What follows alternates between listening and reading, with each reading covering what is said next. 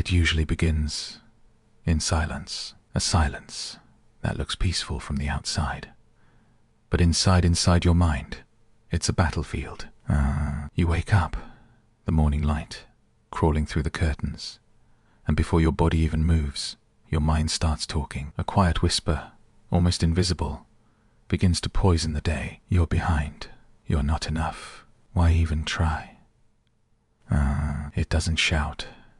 It doesn't scream. It just repeats over and over again, like a song you didn't choose. Stuck on loop, you go through your morning.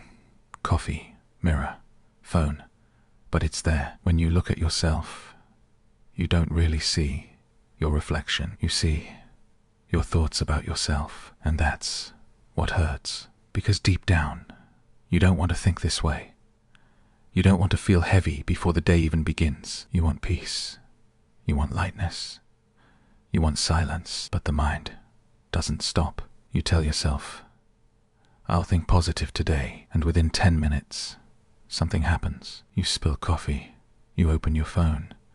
You see something that triggers you, and instantly, the storm returns. You can almost hear it saying, see, you can't escape me. That's the invisible prison of negative thoughts. They don't need walls. They live in your head rent free. And the cruel part is, you built the door yourself, and you keep it locked. I know. That space. We all do. It's the place where one thought becomes 100, where a single doubt becomes a storm of self-blame. You try to control it, fight it, reason with it. But the more you do, the louder it gets. You say, I shouldn't think like this, but that's just another thought. You say, I need to stop. That's another thought. 2. You're trying to silence noise with more noise. And so the day continues. You work, you smile, you pretend, but behind every smile, there's a whisper, something's wrong with me. That's the fracture moment. That's the split between who you are and what you think. Most people never notice it. They live decades trapped inside their own narrative. They assume the voice in their head is them, but it isn't. And once you see that, once you understand that the thoughts are not you, everything begins to change. But before we get there, we need to look at the loop that keeps us stuck. We all have that loop. It begins innocently with one small negative thought. Maybe you think, I'm not good enough. Maybe it's, I'll never succeed. Maybe it's, I'm always anxious. Whatever form it takes, it doesn't stay small. The mind doesn't stop there. It starts to gather evidence. Every failure, every rejection, every comparison, it collects them like trophies of your inadequacy. And soon, your thoughts don't just describe your life, they define it. You start saying things like, that's just how I am. I've always been like this. I can't help it. But that's not identity. That's programming. Thoughts repeated become beliefs. Beliefs repeated become personality. And personality becomes destiny. That's the human loop. A thought creates a feeling. The feeling confirms the thought, and the cycle feeds itself. You wake up inside it every morning, and you call it May. It's like being stuck in a movie that keeps playing the same scene, different days, same script. You're not watching the movie anymore. You are the movie. Have you noticed how hard it is to think clearly when you feel low? How one bad emotion makes your entire world seem darker. It's not your world that changed. It's your thoughts painting over it. This is why you can't think your way out of negative thinking. You can't escape a maze by following its walls. The more you try to correct every negative thought, the deeper you go into the maze. Some people fight the thoughts like enemies. Some drown them with distractions. Some bury them under forced positivity. But no one wins that war, because fighting darkness only makes you more aware of the dark. Let's take a step back. Imagine A clear sky, blue, open, limitless. Now imagine dark clouds rolling in. That's your negative thinking. Most people, when they see the clouds, panic. They scream at them. They analyze them. They try to blow them away. But the wise one remembers. The sky is still there. The clouds can't destroy it. They just pass through. Your negative thoughts are clouds. You are the sky. They pass. You remain. But we forget that. Because when a cloud is above you, it blocks the light. And in that shadow, you start to believe the sun is gone. That's the illusion. That's the suffering. So we repeat the cycle. We try affirmations. We try meditation.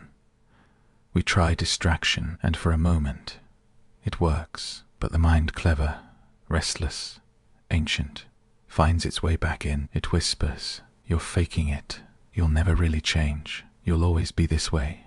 And just like that, you're back in the loop. You know why? Because the mind doesn't want peace. It wants control. It feeds on problems, conflict, stories. When you try to fix your thoughts, your mind feels important again. It loves the game. It's addicted to the chase. That's why you can't win. By fighting, you win.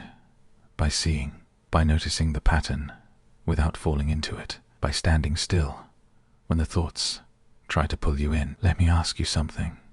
When you're in front of a mirror and you see your reflection, do you believe you are the reflection or the one looking at it? You know the answer. The reflection changes. The observer doesn't. Thoughts are the same. They reflect your state. But you are the awareness watching them. You are not the voice in your head. You are the silence behind it. That realization is the first crack in the illusion. It's small, but it's everything.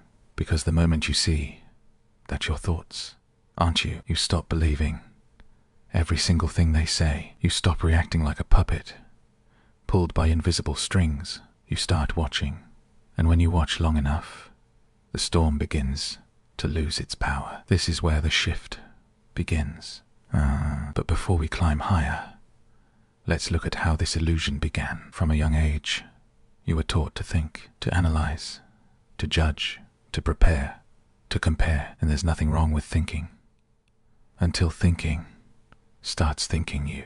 Every time something bad happened, your mind said, "Never again." So it created walls of protection. It repeated stories to keep you safe. It rehearsed pain to prevent pain. It thought it was helping you, but protection became prison. Every negative thought is your mind trying to protect you. It says you're not good enough because it's afraid of rejection. It says don't try again because it's afraid of failure. It says they don't like you because it's afraid of being hurt. So the enemy isn't the thought. The enemy is fear, disguised as logic. Your mind is not evil. It's just scared. It learned survival too well. Once you understand that, you begin to soften. You stop fighting your thoughts. You start listening, not to believe them, but to understand them, like comforting a child who had a nightmare. You don't shout at the child. You don't analyze the nightmare. You hold them gently and say, "It's okay. It's not real. You're safe now." That's what you must learn to do with your mind. That's the quick fix everyone's looking for. Not to destroy the thoughts, but to stop identifying with them. The moment you do that, something inside relaxes. The storm still comes, but it doesn't stay. It's like watching rain hit a window. You can hear it, but you're not getting wet. You found the distance. You found perspective, and perspective is freedom. Now, here's the turning point, the truth that changes everything. We've been taught to stop negative thoughts, but that's the trap. You don't stop thoughts. You outgrow them. You rise above their reach. You see them for what they are. Noise passing through consciousness. The real problem isn't that you have negative thoughts. The problem is that you believe them. That's the shift. Because once you stop believing, you stop feeding. And when you stop feeding, the thought fades. It starves. Every time a negative thought appears, it's like a spark looking for fuel. If you feed it with fear, judgment, resistance, it becomes a fire. If you watch it calmly, it burns out. This is what the greatest minds in history discovered. Marcus Aurelius, Buddha, Einstein, different languages, same truth. The power isn't in controlling the mind, it's in observing it without fear. The moment you see the thought clearly, not analyze it, not judge it, just see it, it loses its grip. Because clarity is the death of illusion. You can't suffer over what you fully see through. You can't be manipulated by what you no longer believe. And once you learn that skill, the art of seeing, you'll never need to stop negative thoughts again. They'll stop bothering you on their own. That's the quick fix. Not control, not suppression, awareness. From here, the climb begins, because seeing is only the start. You have to learn to live from that space, to walk through life as the sky, not the cloud. Imagine you're standing in front of a mountain. At its base lies everything you've ever believed about yourself, every fear, every doubt, every voice that told you you can't. And at the top of that mountain lies freedom, not from thoughts, but from their control. That climb is your journey. It's not a fight upward. It's a remembering, a return to the part of you that existed before the noise. Every step on this climb reveals a lesson, a truth hidden beneath the noise. Let's walk it together. Lesson 1. The observer within. Sit with yourself for a moment. Close your eyes. You'll notice that even in silence, thoughts appear. They come like visitors, uninvited, unplanned. You can't control their arrival, but you can control your attention. When a thought says, "I'm not enough," notice it. Don't argue with it. Don't fix it. Just say silently, "I see you." That's awareness speaking. You'll feel a small space appear between you and the thought. A breath, a distance. That distance is everything. It's where peace begins. The greatest athletes, thinkers, and creators live from this space. Michael Jordan once said, "The game slows down." He wasn't talking about basketball.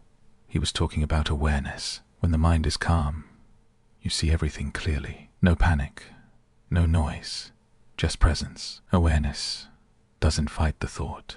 It watches. And in watching, the thought dissolves like mist under sunlight. You can practice this any time.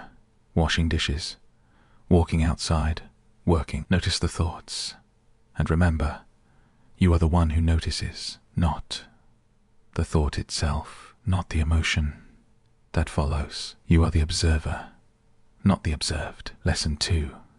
The energy of attention. Whatever you focus on grows. That's the law. You water what you attend to. If you keep watering the weeds of negativity, they'll take over the garden. But when you shift your attention, not by force, but by choice, everything changes. Next time you catch a negative thought, try this. Instead of resisting, redirect. Say the thought is, "I always fail." You can't make it vanish by yelling, "No, I don't." But you can shift to, "I'm still learning," or even simpler, "I'm breathing." That's enough, because attention is currency, and you choose where to spend it. Serena Williams once said, "Every time I fall, I learn something new about who I am." She doesn't feed the voice of failure. She uses it as direction. Each loss becomes light. Negative thoughts feed on your energy. Starve them with disinterest. Feed peace with presence. Feed gratitude with attention, and soon your mind begins to mirror what you nurture. Lesson 3. The power of reframing. Your thoughts are not reality. They're interpretations. If you change the frame, you change the picture. When something bad happens, the mind instantly labels it. This is terrible. This shouldn't have happened. But what if you could pause right there, in that gap between stimulus and response? Viktor Frankl once wrote, between stimulus and response, there is a space. In that space is our power to choose. In our choice lies our growth and our freedom. That's the space we forget. That's the space where transformation begins. When you reframe a negative thought, you're not lying to yourself. You're choosing a higher truth. You're saying, this setback is teaching me patience. This rejection is redirecting me. This pain is refining me. Even Elon Musk, when SpaceX rockets exploded on live television, said, failure is an option here. If things are not failing, you're not innovating enough. That's not denial. That's reframing. That's mastery of perception. Life will still happen, but your story about it, that's your power. Lesson 4. The quiet mind. You might ask, how can I stop the noise for good? The answer, you don't stop the noise. You learn to listen differently. Silence doesn't mean no thoughts. It means the thoughts don't own you anymore. Like standing by a busy road. You hear the cars, but you're not chasing them. Try this practice. Sit still for 1 minute. Close your eyes. Notice every sound around you. Don't name it. Don't label it. Just hear. That's what being present feels like when you train this awareness. Negative thoughts lose their grip. They can visit, but they can't build a home. You'll see how the mind behaves like a child. Restless, impulsive, dramatic, and you'll learn not to take it so seriously. That's the real peace. Not perfect silence, but effortless detachment. The ability to say, there you are again, and then smile. But every journey, no matter how peaceful, is tested, and sooner or later, the storm returns. It might come after a long day, after someone criticizes you, after a small failure that feels like a big one. Suddenly, the old thoughts rise again, louder, meaner, more convincing. See, you're back where you started. Nothing ever changes. Why even try? This is the test. This is where most people give up. They mistake relapse for failure, when in truth, it's just the mind checking if you've really changed. You'll feel it in your chest. That old weight returning. The noise, the overthinking, the spiral. It's okay. Let it come. Don't fight it. Don't drown in it. Just breathe. Remember, the storm is not the sky. It's weather, and weather passes. You might cry. You might doubt. You might fall into the old patterns again. That's fine. That's human. Growth is not a straight line. It's a spiral. Every time you return with more wisdom. So when the storm hits, whisper this truth to yourself. I see you. I've been here before, but I am not you. Even the greatest minds face relapse. Buddha spent years mastering stillness, only to face temptation under the Bodhi tree. Nelson Mandela endured decades in prison, yet kept his heart clear of hatred. And you, sitting here, listening, face your own prison of thought every day. But freedom is always one breath away. Let it rain. Let the thunder roll. Stand tall, because after the storm, the air always feels cleaner. Then comes the resolution, the quiet victory. You wake up one morning, and for a brief moment, your mind is silent. The sunlight feels different, softer, lighter. You make coffee, and you notice how the sound of it pouring feels almost musical. You're not rushing. You're not thinking.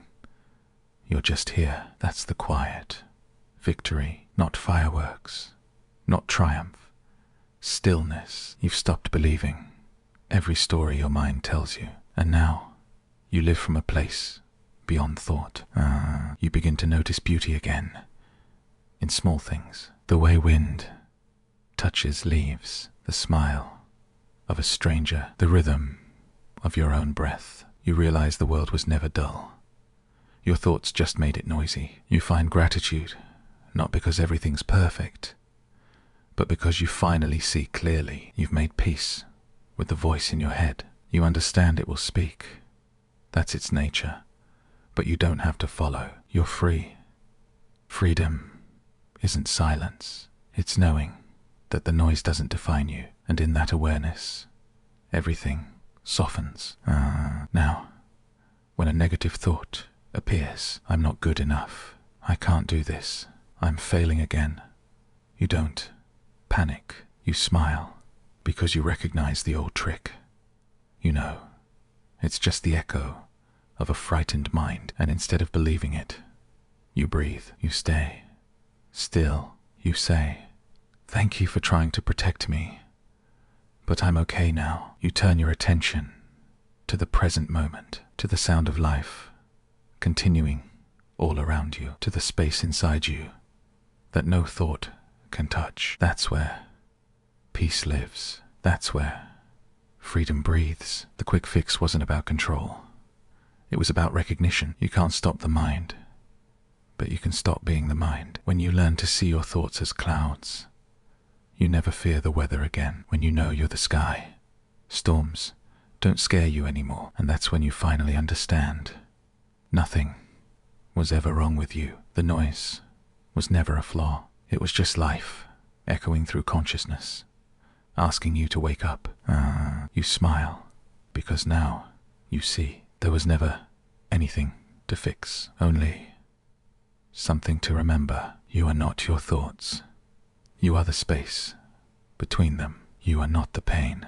You are the awareness that heals it. And every time you forget, every time you fall back into noise, remember this: awareness doesn't disappear when you're lost. It waits, patient, silent, eternal. It never left you. It can't, because it is you. That's the quiet. Victory, not a battle won, but a misunderstanding dissolved. You've come home. Now, take a deep breath, in through your nose, out through your mouth. Feel the stillness behind the breath. That's you. No matter how loud your thoughts get, no matter how heavy your days feel, that stillness is always there. Return to it. Again and again, until one day it's not a practice anymore.